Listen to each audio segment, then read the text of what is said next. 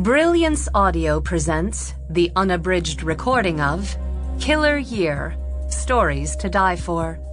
Edited by Lee Child. Performed by David de Vries and Christina Traister.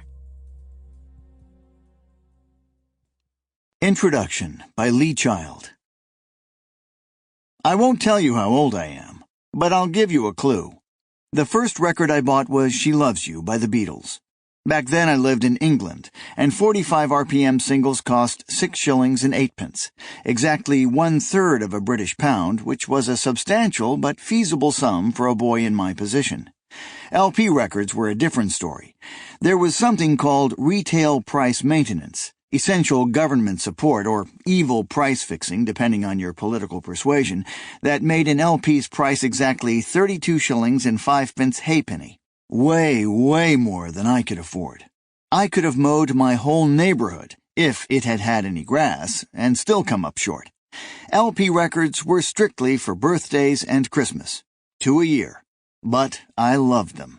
The smell, the feel, the sleeves, the shiny vinyl, the tiny shimmering grooves, and the music. Then, late in the 60s, a couple of record companies came out with samplers, both loosely from the world of progressive rock. Full-size LPs, proper sleeves, the smell, the feel, the grooves, 12 tracks, maybe 2 from bands I had heard of, plus 10 others I had never heard of. All at the amazing price of 7 shillings and 6 pence, just 10 pence more than a single. I was all over them, naturally, and they were wonderful. I was introduced to many bands that I love to this day. That's what you've got in your hands right now, a sampler. We've included 3 writers you might already know, and 13 more you'll soon come to know. A total of 16 stories with introductions to the new writers from veterans with about 1,000 years in the business between them. How's that for value?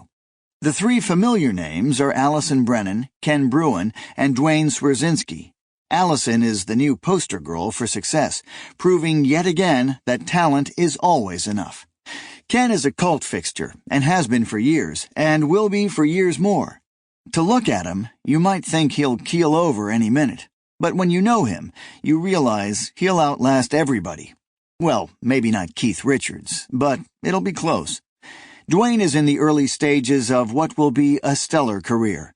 Some people just have what it takes, and Duane has more than his share. The new guys, in order of appearance, are Brett Battles. Sample complete. Ready to continue?